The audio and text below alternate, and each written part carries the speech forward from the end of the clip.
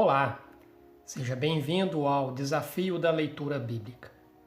Neste post vamos ver a segunda coisa a se procurar para extrair do texto o que precisamos para o nosso estudo bíblico. Para ajudá-lo a se lembrar, você irá agora usar o dedo indicador. A repetição é uma poderosa ferramenta de ensino, pois ela reforça o que precisa ser lembrado. Eis aqui a segunda coisa a se procurar no seu estudo bíblico.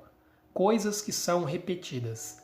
Se prestar atenção, você verá que há muitas coisas repetidas na Bíblia. Isso significa que é algo importante, que precisa da sua atenção.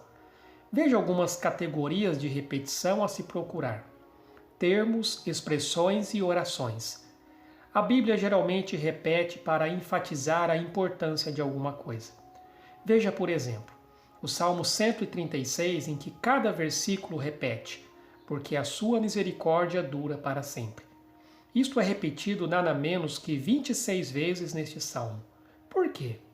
Pelo fato de que o salmista está enfatizando que a misericórdia de Deus é eterna, ou seja, a cada manifestação do agir de Deus, ele manifesta sua misericórdia. Em Hebreus capítulo 11, a expressão repetida é pela fé. Ela aparece por 18 vezes. O escritor fala sobre pessoas diferentes, vivendo em épocas diferentes, sobre circunstâncias diferentes. Mas todas elas tiveram o mesmo estilo de vida, pela fé. Veja também em 1 Coríntios capítulo 15, em que a palavra ser é repetida. O apóstolo a usa 7 vezes nos versos 12 a 38, onde fala sobre a importância crítica da ressurreição de Jesus para a nossa fé. Ele enfatiza o fato de que tudo o que cremos está condicionado à ressurreição. Se ela for inválida, tudo o que cremos se torna inválido. Personagens. Muitas vezes um personagem reaparece para enfatizar algo. Veja o caso de Barnabé. Não sabemos muito sobre ele. Seu primeiro nome era José, mas ele foi chamado de Barnabé, que significa filho da exortação. E isso é o que ele era. Um homem que encorajava. Se alguém precisava de ajuda, lá estava ele, pronto a ajudar.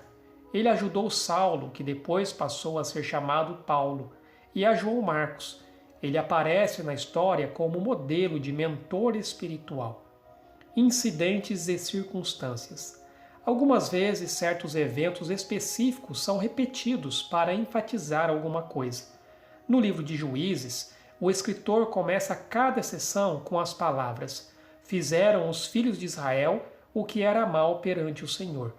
Este refrão estabelece cada situação em que Deus levantou juízes que fizeram com que o povo se voltasse para ele, mas não permanentemente, pois logo eles voltavam a cair e assim o ciclo se repete por todo o livro, mostrando o problema: falta de liderança. Naqueles dias, não havia rei em Israel. Cada um fazia o que achava melhor.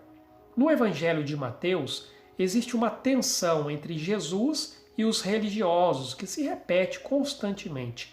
Isso revela a luta pelo poder que existia entre o antigo sistema religioso legalista e o novo caminho de salvação apresentado por Jesus. Padrões. Se olharmos atentamente a história, perceberemos alguns padrões. Por exemplo, a vida de José com a vida de Jesus.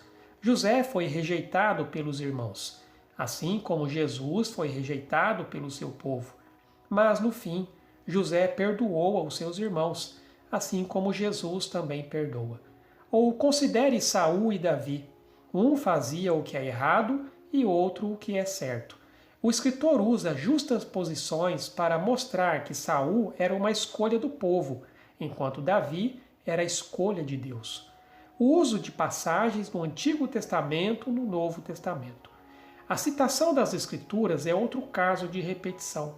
Se o Espírito compeliu um escritor do Novo Testamento a recordar uma passagem do Antigo Testamento, é provável que seja porque ele quer enfatizar aquela porção da palavra de Deus. Veja a história de Jonas. Jesus se refere a ela como uma revelação divina sobre sua morte e ressurreição. A carta aos Hebreus é toda baseada no Antigo Testamento, principalmente o livro de Levítico. Resumindo, quando estudar a Bíblia e notar que algo é repetido, tome nota. Não é porque os escritores não conseguiam pensar em mais nada para dizer.